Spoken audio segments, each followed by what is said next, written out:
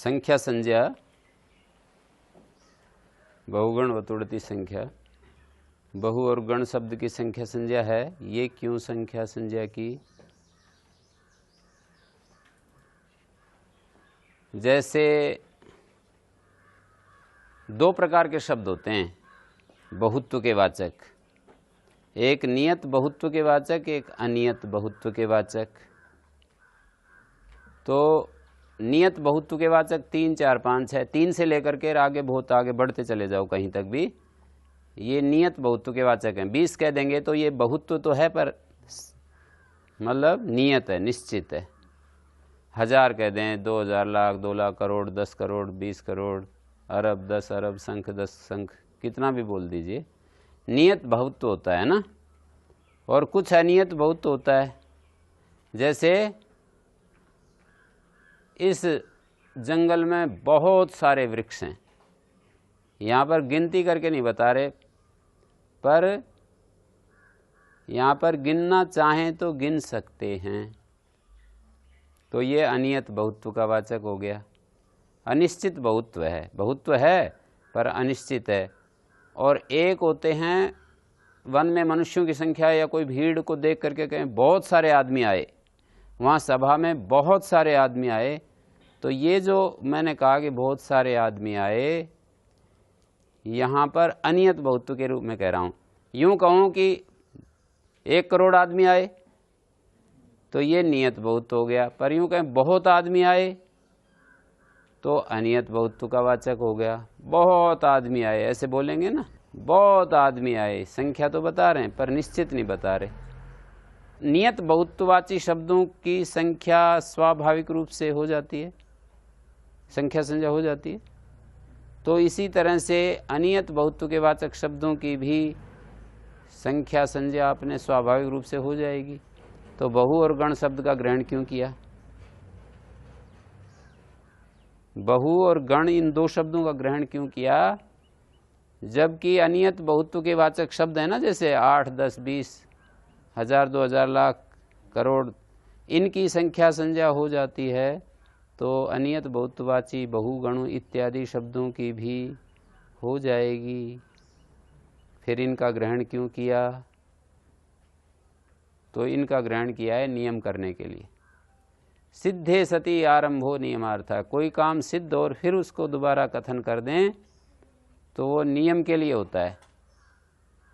क्या नियम करते हैं कि अनियत बहुत्ववाचक शब्दों की यदि संख्या संज्ञा हो तो बहुगण शब्द की ही हो, बहुगण शब्द की ही हो। किसकी नहीं होगी? अनियत बहुत्ववाचक और कोई शब्द क्या है? हाँ, भूरी, भूरी शब्द होता है, भूरी, भूरी, प्रभूतम है, भूरी माने अत्यधिक, तो वही तो है ना। तो अनियत बहुत्व के वाचक शब्दों की यदि संख्या संज्ञा हो तो फिर बहुगण की ही हो। भूर्यादि नाम निवृत्त्यर्थम बहुगण शब्दयो संख्या संज्ञा विधीयते। हैं? बहुगण शब्द की संख्या संज्ञा किस लिए की? भूरी, प्रभूतम इत्यादि अनियत बहुत्व के वाचक शब्दों की संख्या संज्ञा को हटाना चाहते हैं। भूरी मानी बहुत ज्यादा, जैसे बहु मानी तो ऐसे भूरी का अर्थ। गण का मतलब भी यही, ठीक है। नियत बहुत्व गुरु जी, जैसे इस वृक्ष में बहुत से पत्ते हैं तो फिर ये नियत में आएगा या? बहुत से कहोगे तो अनियत हो गया, और गिन के बताओगे तब नियत हो गया। जैसे कुछ लोग बोलते हैं कि लगभग 100 लोग थे, लगभग उसमें लगा दिया तो उसको नियत बोलेंगे या अनियत बोलेंगे? तो नियत हो जाएगा, 100 लोग कर दिए, लगभग 100 लोग थे, निश्चित नहीं है कि 100 लोग थे। नियत बहुत्व तो फिक्स कर देते हैं, जो 3 से लेकर आगे किसी संख्यावाची शब्द का प्रयोग करोगे तो नियत बहुत्व होगा। और ऐसे बहुत ऐसा कह देने से नहीं, लगभग उसमें लगा दिया, लगभग इतने लोग थे। हाँ, तो उसके लिए ना उपशतम आदि शब्द बोलते हैं। तो बहु और गण शब्द का ग्रहण नियमार्थ है। नियम का मतलब क्या होता है?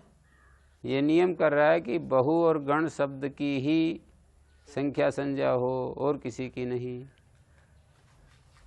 हैं? ठीक है ना। अब आगे मैं वो बता रहा हूँ संख्या कार्य क्या क्या होते हैं। जैसे संख्याति सिद्धंताया कन एक सूत्र है, यह आर्य प्रकरण का सूत्र है। 5वें अध्याय के पहले पाद में 18 नंबर सूत्र है प्रागवतेष्ठ हैं और 19 नंबर है आराध अगुप संख्या परिमाण ठक अर्ह तक। अर्ह शब्द कहाँ आ रहा है? तद अर्हति।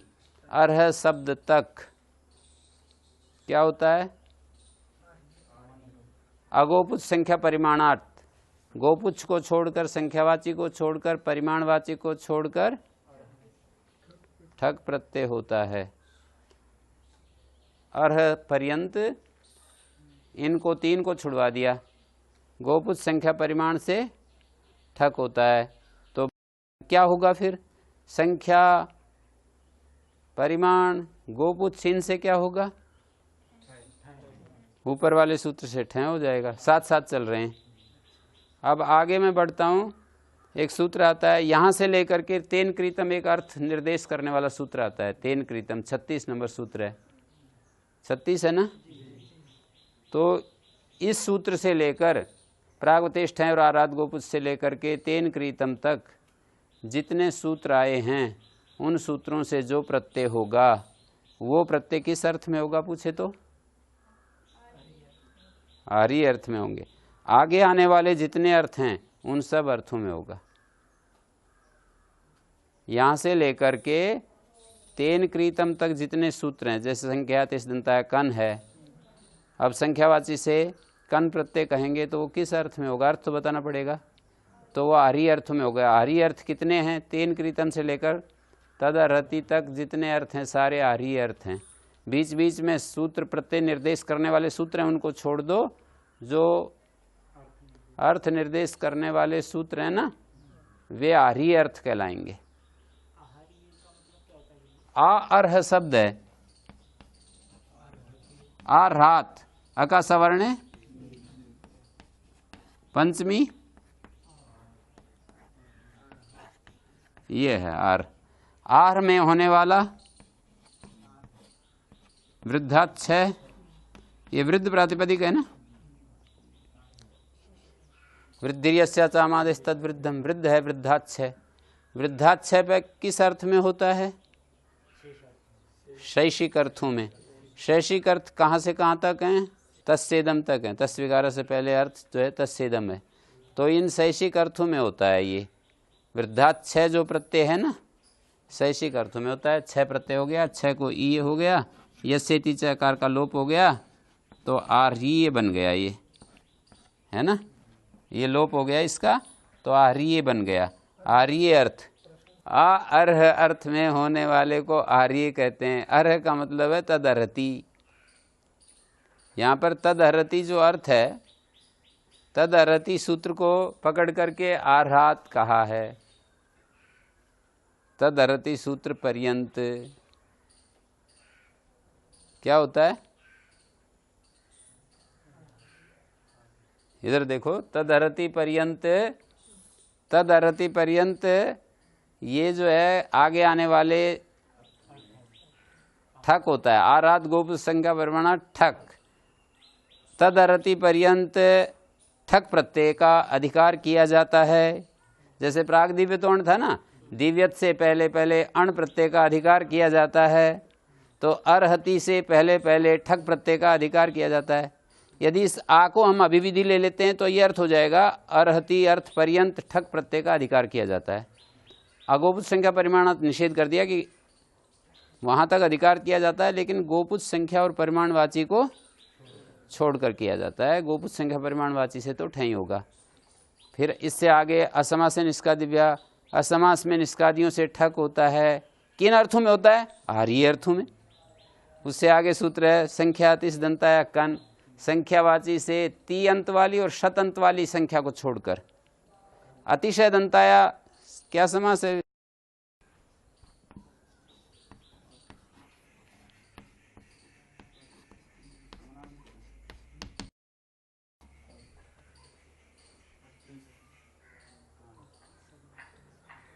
पता है इसमें कितने समास हैं? अतिशय दंताया इस पद में कितने समास हैं? बताओ भाई, कोई बताओ। ती और शत, इसका तो द्वंद्व हो गया, ती और शत। और ये अंत में है जिसके ऐसी संख्या है, ये बहुब्री हो गया। और फिर न,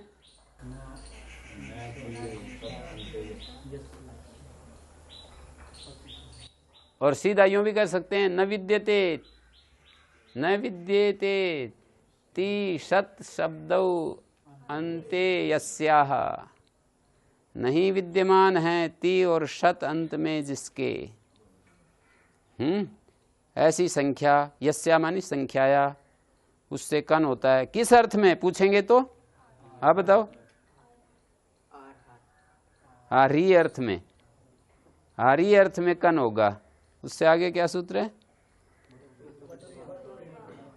हाँ, तो ये सारे सूत्र जो हैं अब यूं कहते जाएंगे कि आर्ही अर्थ में होते हैं। आर्ही अर्थ होते हैं तेन कृतम से लेकर तदहरति तक जितने अर्थ हैं वे सब के सब अर्थ आर्ही अर्थ कहलाते हैं।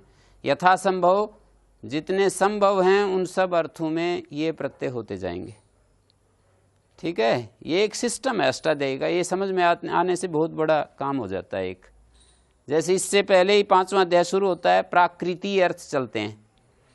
तो प्राकृति अर्थों में जैसे प्राकृताच्छा से अगला सूत्र है, वर्णांत और गवादी प्रातिपदिकों से प्राकृति अर्थों में 6 होता है। पूछे तो प्राकृति अर्थ कौन कौन से हैं?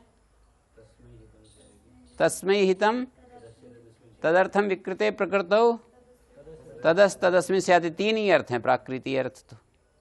तो उग्वादिभ्यो यत् विभाषाभिर्पुपादिभ्यः, और क्या, कंबलात् संज्ञायाम, ये जो 3 सूत्र हैं या प्राकृताच्छा, प्राकृति अर्थों में 6 होता है। प्राकृति अर्थों में 6 होता है, तीनों अर्थों में होगा। लेकिन तस्मै हितम की अनुवृत्ति जहां तक जाएगी वहां केवल एक अर्थ में होंगे। जैसे तस्मै हितम की अनुवृत्ति 11 तक जाती है, तो तस्मै हितम की अनुवृत्ति जैसे 11 तक जाएगी, तो ये इससे अगला सूत्र क्या है? तस्मै हितम से शरीरावयवाद्यत, तो शरीरावयवाद्यत तीनों में नहीं होगा, केवल तस्मै हितम में होगा।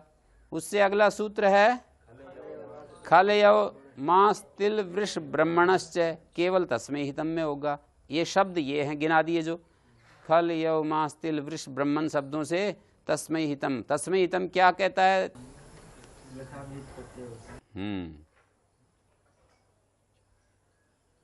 हित अर्थ में यथाविध प्रत्यय होता है। ठीक है, ये जो तद्धित प्रकरण के सूत्र हैं ना इस तरह के, तेन कृतम क्या अर्थ होगा? प्रातिपदिक से कृत अर्थ में यथाविध प्रत्यय होता है, ऐसे होंगे। तो यहां पर जो है मैं ये बता रहा हूं अब, संख्यातिस दंताया कन, ती और शत अंत वाली संख्या कौन कौन सी है बता सकते हो? विंशति और त्रिंशत, चत्वारिंशत, पंचाशत। ती अंत वाली तो विंशति और षष्टि भी ती अंत वाली है, सप्तति भी, अशीति, नवति, ये ती अंत वाली हैं। और शत अंत वाली संख्याएं ये वाली हैं जो त्रिंशत, चत्वारिंशत, पंचाशत, ये वाली। इनको छोड़कर जो संख्यावाची शब्द होगा उससे कन प्रत्यय हो जाएगा। तो जैसे बहुशब्द संख्यावाची है या नहीं है? बहुगण वतुड़ति संख्या संख्यावाची है, इसलिए संख्यावाची शब्द से तृतीया समर्थ से कृत अर्थ में यथाविध प्रत्यय, यथाविध कन हो गया ना, संख्यातिस दंताय कन। बहु भी कृतम, ये इसका विग्रह हो गया। अलौकिक विग्रह क्या हो गया? ये तो लौकिक विग्रह है। बहु भिस कृत सु है, कृतस, कृत और कृतम अर्थ में ये प्रत्यय हाँ, कृतम अर्थ में तो ये कन आया है। ये कृत अर्थ को कन कह रहा है, कृत अर्थ को बताने के लिए कन आया है।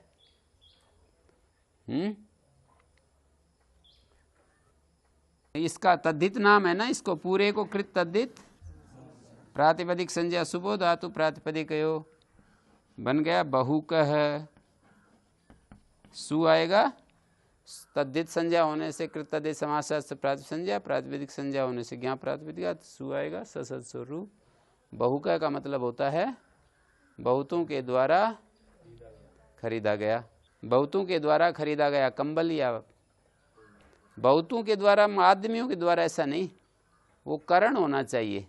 जिसके द्वारा हम खरीदते हैं वो चीज़ करणभूत होनी चाहिए।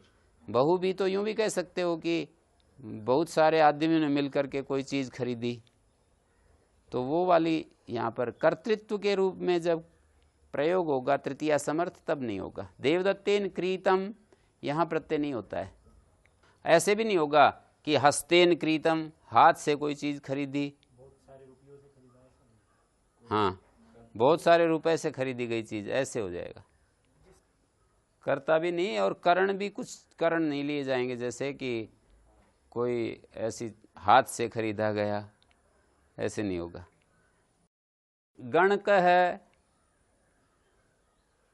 गण शब्द से कन आया तो गणक है, और द्वि शब्द से कन आया तो द्वि संख्यावाची है या नहीं, द्वि, तो द्वि से कन आकर द्विक है। त्रि शब्द से आएगा तो त्रिक है। कन प्रत्यय क्रीत अर्थ में होता है। क्रीत तो कोई कर्मभूत चीज है ना, करता नहीं, कर्मभूत चीज है वो। कर्मभूत जैसे क्रीता कंबल, क्रीता गौ, जैसे शतेन क्रीता गौ, क्या बनेगा, शतिका गौ, शतमान विंस्तिक सहस्र वसनादंड। तो सहस्र शब्द से तो अण कह दिया है, तो ये अपवाद हो गया ना इसका। संख्याति से दंताया कन, संख्यावाची से कन होता है पर सहस्र शब्द से अण होता है, तो सहस्रेण क्रीता गौ साहस्त्री गौ, और सहस्त्र से खरीदा गया बैल सहस्त्रा गौ। गौ शब्द आपको बताएं कि दोनों के लिए प्रयोग होता है, पुंगो और स्त्री गो, अयंगो और इयंगो दोनों के लिए गौ शब्द का प्रयोग होता है। तो सहस्र गौ वृषभ और सहस्त्री टिड्ढाण गीप हो जाएगा। जब स्त्रीलिंग को कहेंगे तो टिड्ढाण गीप हो जाएगा। जैसे कोई व्याकरण का पंडित हो तो उसको कहते हैं टिड्ढाणे का पंडित है ये, हैं? किसी को व्याकरण के पंडित को बताते हैं ना, वह टिड्ढाणे का पंडित है। टिड्ढाणे सूत्र का नहीं, पूरे ही व्याकरण शास्त्र को टिड्ढाणे कह देते हैं। हाँ, नित्यादिर नित्यम स्वर प्रयोजन है, इत्यादिर नित्यम आद्वात स्वर हो जाता है। स्वाभाविक रूप से संख्या संज्ञा है ना, तो उभय गतिरी भवती, दोनों संख्याओं का ग्रहण है।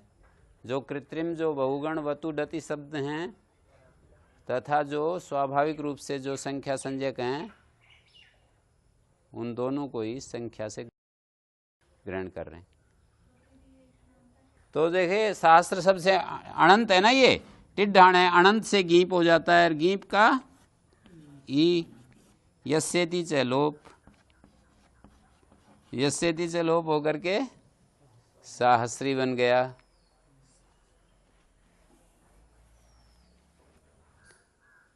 वतुडति के ऊपर आता हूं अब, बहुगण, अच्छा और भी कई हैं, वो सारे उदाहरण दे देता हूं। संख्या या विधार्थेदा, संख्यावाची से विधा अर्थ में, विधा कहते हैं प्रकार को, क्रिया के प्रकार को विधा कहते हैं। जैसे कोई एक प्रकार से श्लोक पढ़ता है, फिर दूसरे प्रकार से पढ़ता है, फिर तीसरे प्रकार से पढ़ता है, एक एक श्लोक को कई प्रकार से पढ़ते हैं, तो कहेंगे बहुधा पढ़ती अयम श्लोकान, ये श्लोकों को बहुत प्रकार से पढ़ रहा है। ठीक है, कई प्रकार से पढ़े जा सकते हैं ना। तो संख्या विधार्थेदा, विधा माने प्रकार। प्रकार किस चीज का होता है? प्रकार जो है वो गुण का होता है, द्रव्य का होता है या क्रिया का होता है?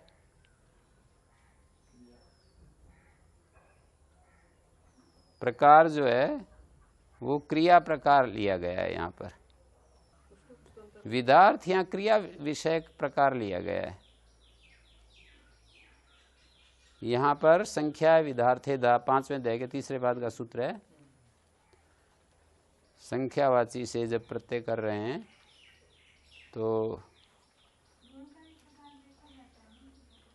गुण का भी प्रकार तो हो जाएगा। जैसे 5 प्रकार का सफ़ेद रंग है, 5 प्रकार का हरा रंग, मतलब कोई ज़्यादा डार्क कोई ज़्यादा, ऐसे।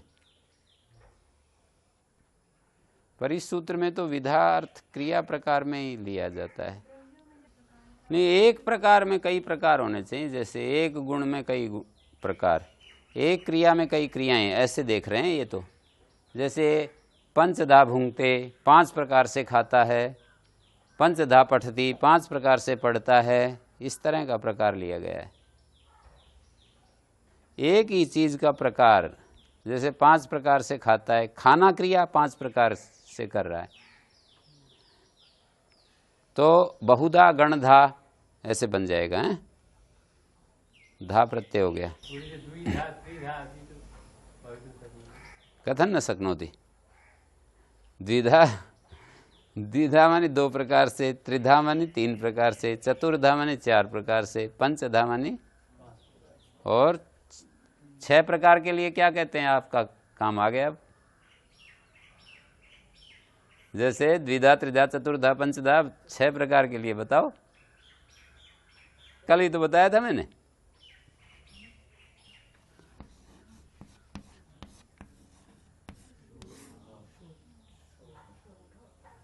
षड शश है और आगे धा है, ऐसा है ना? दत्री 10 धासु उत्तर पदादेश ष्टुत्वम च। दत्री 10 और धा इसके परे रहते उत्तर पदादि को ष्टुत्व हो जाता है ढा, और शश उत्तम, श को उत्तो हो गया, आद गुणा से गुण, शोढ़ा बन गया है।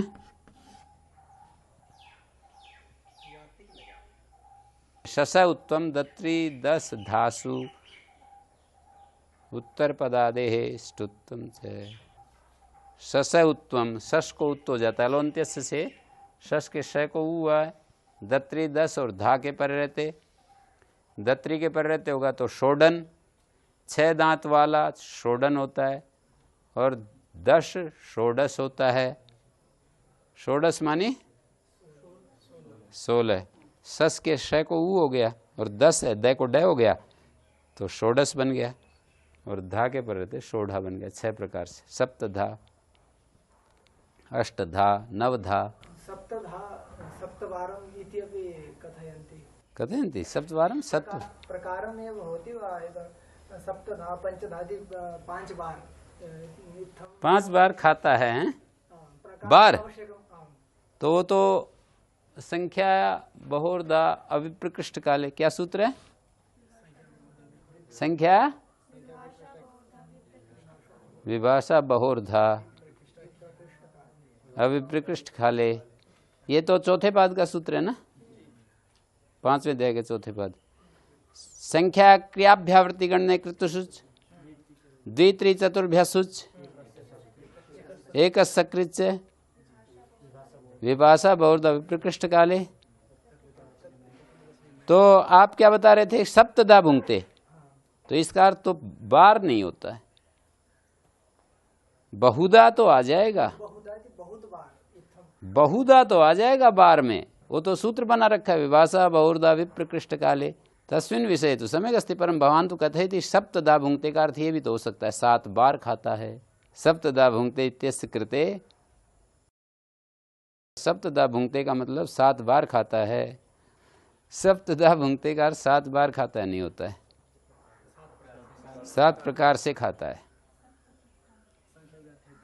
बार कहोगे तो सप्त कृत्वा भुंगते, दिन में 7 बार खाता है, सप्त कृत्वो भुंगते, ऐसे कृत्व प्रत्यय आएगा। या फिर बहु शब्द से धा आ सकता है, जल्दी जल्दी खाता है। कोई आदमी दिवसस्य बहुधा भुंगते, दिन में कई बार खाता है, बहुधा भुंगते। पर आप जो है यूं कहें कि महीने में कई बार खाता है तो मासस्य बहुधा भुंगते तो नहीं होगा। जैसे एक महीने में कोई आदमी कई बार खाता है ऐसा कहना चाहे तो वहां पर बहुधा भुंगते नहीं होगा, मासस्य बहुधा भुंगते नहीं होगा।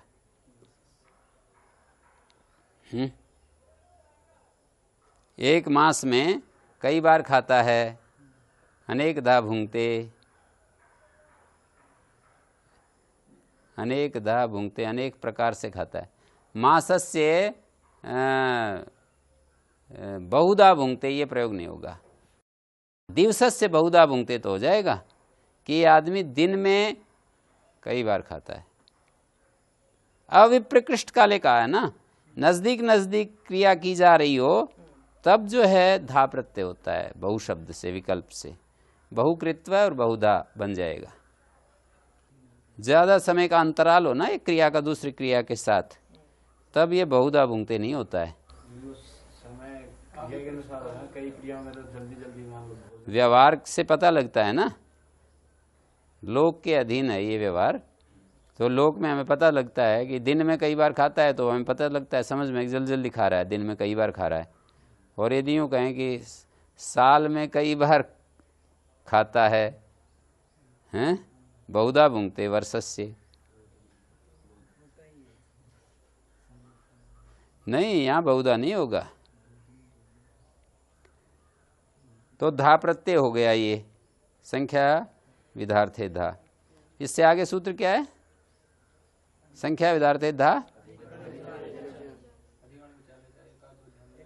हाँ, तो अधिकरण विचाले च ये भी धा करता है। और एकाद दो धमुनतरस्याम, एक शब्द से धमुई हो जाता है धा के स्थान में विकल्प से। एक धा और एकध्यम, एक शब्द से धा। अधिकरण का विचाल, जैसे अलग अलग चीजें रखी हों उनको एक करके बताना हो या एक को अलग अलग करके बताना हो तो वो अधिकरण विचाल कहलाता है। जैसे कोई चीज़ है एक, उसको 6 भागों में बांट दें कि इस केले को 6 टुक कर दो, इस रोटी के 6 भाग कर दो, तो ये एक के अनेक विभाग हो गए ना, अधिकरण विचाल हो गया। या अनेक फल थे अलग अलग, उसको अलग अलग ढेरी थी जैसे गेहूं की, इनको एक ढेरी बना दो, तो ये भी अधिकरण विचाल है। अधिकरण का विचलन, द्रव्य का एक का अनेक बनाना, अनेक का एक बनाना, ये विचलन ही तो है। आगे एक सूत्र आता है संख्यावाची से, संख्या क्रियाभ्यावर्ती गणने कृतसुच। संख्यावाची शब्द से क्रिया की अभ्यावृत्ति बताई जाए और उसकी गणना की जाए। क्रियाभ्यावृत्ति गणने, क्रिया का पुनः पुनः गणना, क्रिया की पौना पुण्य गणना।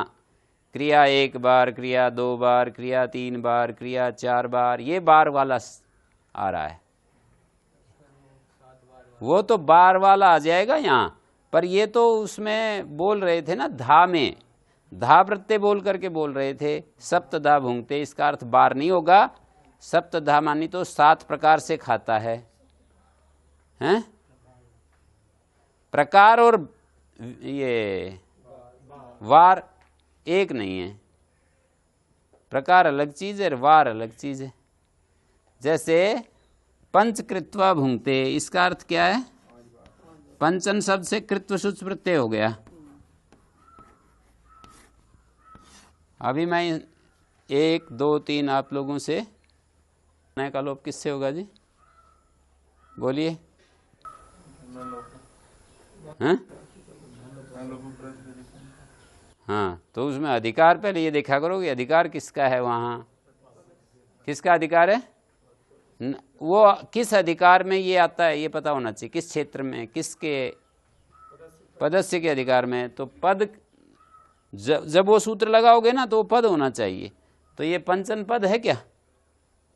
पद का भी और प्रातिपदिक का भी दोनों है। उस सूत्र का विशेष अर्थ है प्रातिपदिक का भी और पद का भी अंतिम नकार होना चाहिए। ऐसी एक समान स्थिति कैसे बन जाएगी? प्रातिपदिक भी और पद भी। हाँ, यहाँ तो स्वादिष्ट सर्वनाम स्थानीय इसकी पद संज्ञा है ना, कृत सूच के परे रहते। और पद प्रातिपदिक कैसे? पंचन अर्थवत धातुर प्रत्यय प्रातिपदिक। तो इस तरह से प्रातिपदिक भी हो गया, पद भी हो गया। हैं, ये तो इन्होंने बता दिया, आप अपने वाला सिद्ध करो। ये परिस्थिति अलग है। आप वाला उदाहरण कौन होगा? अब बताओ इन वाला। हाँ, राजन शब्द है, सु आया, सु का अलग्यादि लोप हो गया, प्रत्यलोप प्रत्यय लक्षण से राजन की पद संज्ञा भी है और प्रातिपदिक भी है। प्रत्यलोप प्रत्यय लक्षण वाली बात तो ठीक कही, पर उदाहरण नहीं ढूंढ पाए हैं। तो प्रातिपदिक भी हो, पद भी हो, अंतिम नकार का लोप हो जाता है। यहाँ पर लोप हो जाएगा पंचकृत्वः। और ये तद्धित होते हैं, तद्धितश्च सर्वविभक्ति, असर्वविभक्ति तद्धित अव्यय होते हैं। अब याद आप सु का लुक हो जाएगा। असर्वविभक्ति तद्धित जो है वो गिनती करके बता रखे हैं। ऐसे तद्धित जिनसे संपूर्ण विभक्ति नहीं आती। असर्वविभक्ति का मतलब संपूर्ण विभक्ति और असंपूर्ण विभक्ति क्या होती है? हाँ हाँ, ये बात है उस सूत्र में। तद्धितश्च असर्वविभक्ति में असर्वविभक्ति कहने से असर्वविभक्ति तद्धित, तद्धित का विशेषण है असर्वविभक्ति। ऐसा तद्धित जो कि असर्वविभक्ति है, संपूर्ण विभक्ति जिससे नहीं आ रही। ऐसा तद्धित संपूर्ण विभक्ति जिससे नहीं आ रही है उसको अव्यय कह देते हैं। तो ये कृतसूच उसमें गिनती कर रखी है, कौन कौन से असर विभक्ति तद्धित हैं, गिनती कर रखी है। तहसीलादया प्राक पाष्पः, ऐसे गिनती कर रखी है। तहसील से लेकर पाशप से पहले पहले। तहसीलादया प्राक पाष्पा कहाँ है? पंचम्य तहसील से लेकर यहाँ पे पाशप से पहले पहले, ये गणना है। एक तो नहीं, उससे पहले पहले और हैं तहसीलादया प्राक पाष्पः नय नायं, एक प्रत्यय नय और नाय, विनयभ्याम दूसरे प्रत्यय तसीवती, तसी प्रत्यय एक वती प्रत्यय। वती में ह्रस्वीकार होता है, दीर्घ होता है। तेन तुल्यम क्रिया चेद, तेन तुल्यम क्रिया चेद वती ह्रस्व है या दीर्घ? फिर दीर्घ कैसे हो गया? हाँ, तसीवती अम आमऊ, ये परिगणन है। अम आमऊ, अम प्रत्यय होता है ना अमुचित छंदसी, पांचवें अध्याय चौथे पाद में। और किमे तिंग अव्यघाधामु अद्रव्य प्रकार से आम प्रत्यय होता है, अम आमऊ। और ये तसी प्रत्यय वो भी होता है, चौथे अध्याय के तीसरे पाद में भी आता है तसी। जहां जहां भी तसी आएगा समझो असर विभक्ति तद्धित होगा। प्रतियोगी पंचम्या तसी है, एक तसिश्च सूत्र नहीं है, तेन एक दिक के बाद, तो वो तसी भी अव्यय हो जाएगा, असर विभक्ति तद्धित माना जाएगा। हैं, असर विभक्ति तद्धित का मतलब इससे संपूर्ण विभक्ति नहीं आएगी, अव्यय माना जाएगा ये। और अम आम पांचवें अध्याय के चौथे पाद के हैं। और गणना क्या है? और गणना है शश बहुलपार्था संस्कार का धन्यतरस्याम, वहां से लेकर के शश से लेकर के प्राक समासांतः, शश प्रवृत्तया प्राक समासांता। पांचवें अध्याय के चौथे पाद में शस जहां शुरू होता है वहां से पकड़ो। बवल पार्था छस्कार का धन्यतर श्याम, वो श को 6 हो रहा है, सस छोटी। बवल पार्था छस्कार का धन्यतर श्याम, शस प्रवृत्तया प्राक समासांता, समासांत से पहले पहले जो प्रत्यय आएंगे वो असर्व विभक्ति तद्धित हैं। शस प्रवृत्तया प्राक समासांता, इतने जो तद्धित हैं वो असर्व विभक्ति तद्धित हैं। तो संख्या क्रिया व्यावृत्ति गण ने, हाँ ये भी हैं। तो ये तो आए नहीं, आपने बताना चाहिए था ना कि ये तो आए नहीं जी, जिसके ऊपर आपने चर्चा शुरू की वो तो आया ही नहीं कहीं। कृत्वोऽर्थः इतना ही कह दो, ऐसे बता दीजिए। कृत्वसूच के अर्थ वाले जो प्रत्यय हैं वे सब भी असर्व विभक्ति तद्धित होते हैं। शस प्रवृत्तया प्राक समासांतः, 6 पंक्ति में याद है, ये 6 पंक्ति में याद करने पड़ते हैं। 6 पंक्तियां मतलब ऐसे याद कर लो, 6 बार आपको बोलने पड़ेंगे। जैसे नयनाय तसीवती अमामो कृतोर्था शस प्रवृत्तया प्राक समासांता और तसिलादया प्राक पाशप। तसिलादि जो पाशप से पहले पहले हैं, तसिलादि पाशप से पहले पहले। कृत्वोर्था कहने से वो आ जाएंगे जो संख्या क्रियाभ्यावृत्ति गणने कृत्वसूच, और आगे द्वित्रि चतुर्भ्यासुच एक सकृत विवासा बहुधा विप्रकृष्ट काले। तो ये बस यहाँ तक। कृतोर्थ तो धातक ही हैं, कृतोर्थ प्रत्यय धातक ही हैं। तो ये सारे असर्व विभक्ति तद्धित कहलाते हैं। अब ये समझ लोगे तो वो असर्व विभक्ति तद्धित सूत्र समझने में कोई दिक्कत ही नहीं। अब मैं वहाँ उस सूत्र को पढ़ाऊंगा तो यूँ ही कहूँगा ना, एक दिन जो पढ़ाए थे, जो असर्व विभक्ति तद्धित वे अव्यय संज्ञक होते हैं। अव्यय संज्ञा का फल अव्ययदाप सुपा। ये असर्व विभक्ति तद्धित पढ़ा दिया आपको सारे। असर्व विभक्ति तद्धित जो हैं वो अव्यय संज्ञक होते हैं।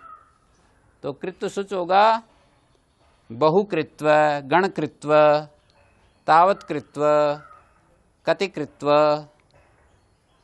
ये जो वतुडति होते हैं ना, जैसे यत्तदेतेभ्या,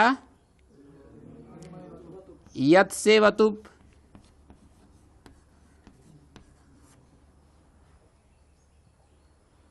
यत् परिमाणम यस्य, जो परिमाण है जिसका है।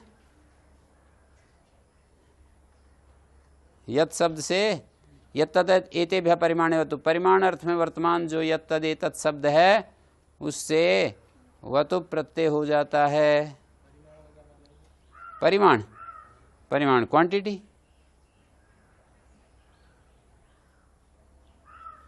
इतना उतना, इतना उतना ऐसे कहते हैं ना, जितना जितना इतना उतना बोलते हैं ना। तो ये परिमाण में वर्तमान ऐसे वतुप हो गया। और छठे अध्याय के तीसरे पाद का सूत्र श्रद्धा बताओ क्या कार्य होगा। हाँ, छठे अध्याय के तीसरे पाद का आसर्वनाम सूत्र निकालो।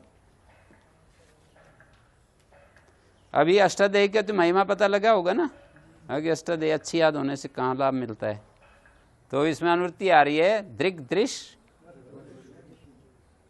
देखो ऊपर वाले सूत्रों को भी हमारे को अब भी याद आ जाते हैं कि ऊपर से अनुवृत्ति आ रही है दृक् दृश्य वतुषु। ये अष्टाध्यायी से ही तो होता है कि वहाँ पर ये सूत्र है, ऊपर से अनुवृत्ति आ रही है, ऐसे ऐसे दृक् दृश्य वतुषु।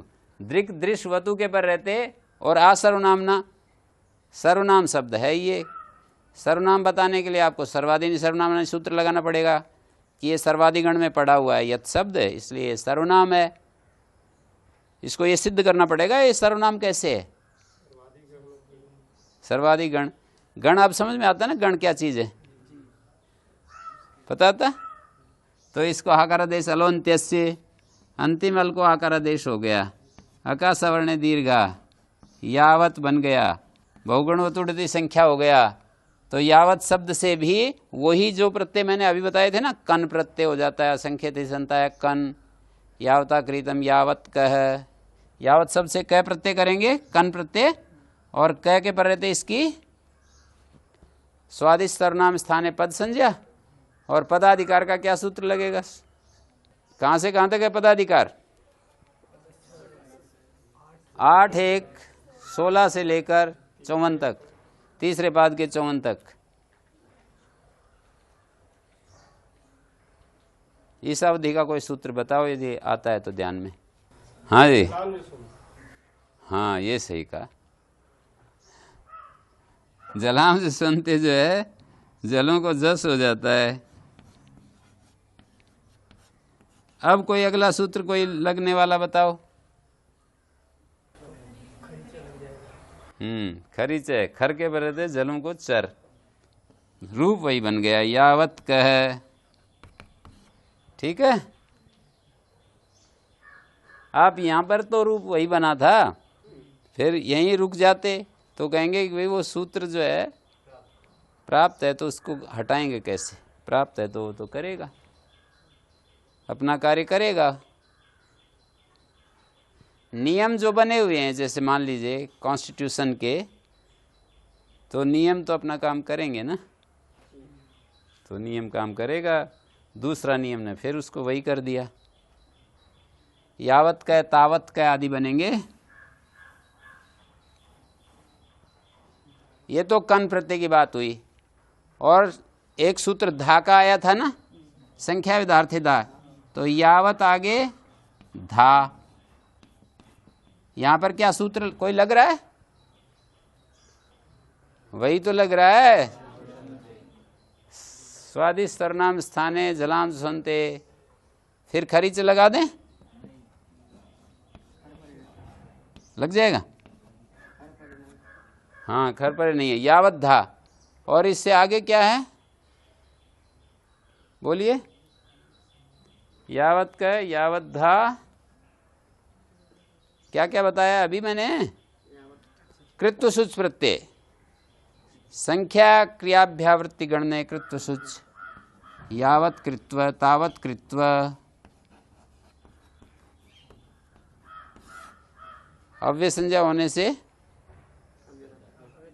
ये जो कन प्रत्यय है इसकी तो अव्यय संज्ञा है नहीं, मैंने गिनाया था ना, असर विभक्ति तद्दिन निश्चित है, तो कन की तो नहीं, बाकी धा की भी अव्यय संज्ञा हो जाएगी, कृत्वसूच की भी हो जाएगी, और एक शस प्रत्यय आता है ना उसकी भी अव्यय संज्ञा हो जाएगी। संख्यिक वचनाच्च विपसायम, संख्यावाची शब्द से, बहु अल्प शब्द से भी शश होता है। संख्यिक वचनाच्च विपसायम, संख्यावाची से भी शश होता है, कहा है ना संख्यावाची से शश होता है।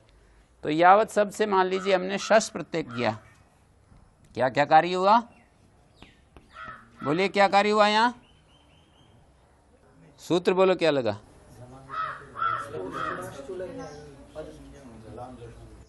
हाँ, पद संज्ञा होकर जलाम से सुनते यावद। आगे क्या लगा? शश छोटी, झ से उत्तर शय को छह हो जाता है। खरी च, खर के पर रहते द को तय हो जाता है।